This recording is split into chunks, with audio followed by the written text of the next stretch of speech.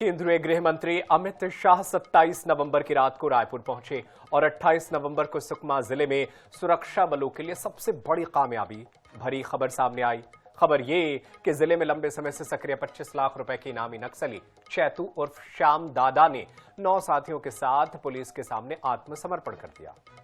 तो चेतू दंडकारी ने special zonal committee का सदस्य भी था। उसके ऊपर सरकार ने 25 लाख रुपए का इनाम रखा था। साथ ही 9 अन्य माओवादियों ने भी अपने हथियार उसके साथ डाले हैं। सभी पर कुल 65 लाख रुपए का इनाम घोषित था। साल 2013 में हुए झीरम घाटी हमले में इसकी अहम भूमिका थी। इस हमले में 27 लोग मारे गए थे। यह आत्मसमर्पण छत्तीसगढ़ में नक्सलवाद के अंत की ओर एक बड़ा इशारा है, जिससे लाल गलियारा सिकुड़ रहा है। ये आत्मसमर्पण उन नक्सल विरोधी अभियानों के तहत हुआ है जिन्होंने नक्सल के प्रभाव वाले क्षेत्रों को कई बार सफलतापूर्वक कम किया है। यह घटना इस बात का संकेत देती है कि नक्सलवाद को नियंत्रित करने की कोशिश में अब तक हमारे हाथ क्या लगा है। यह आत्मसमर्पण इस बात की ओर इशारा करता है कि केंद्र सरकार ने 31 मार्च साल 2026 तक नक्सलवाद को पूरी तरह से खत्म करने का जो लक्ष्य रखा है उसके हम बेहद करीब हैं।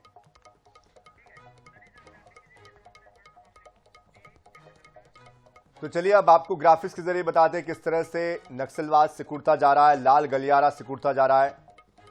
7 सालों में केंद्र ने सुरक्षा के बंदोबस्त मजबूत किए। 586 फोर्टिफाइड पुलिस स्टेशन स्थापित किए गए। 2014 में नक्सल प्रभावित जिलों की संख्या 126 थी, जो घटकर अब 11 रह गई है।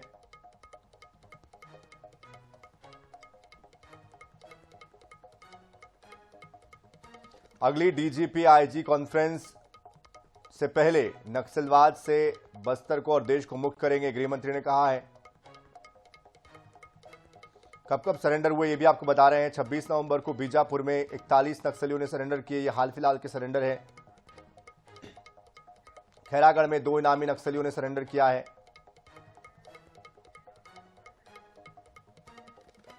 28 नवंबर को कुल 10 नक्सलियों का सरेंडर हुआ है। तो 81 नक्सलियों ने नवंबर के महीने में ही सरेंडर किया है। 17 अक्टूबर को 210 नक्सलियों ने एक साथ आत्मसमर्पण किया था।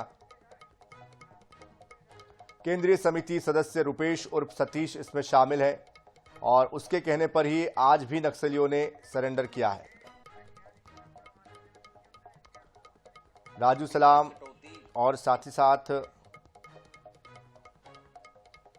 अन्य जो नक्सली है उन्होंने भी, कुछ ने समर्पण किया है तो कुछ मारे गए हैं।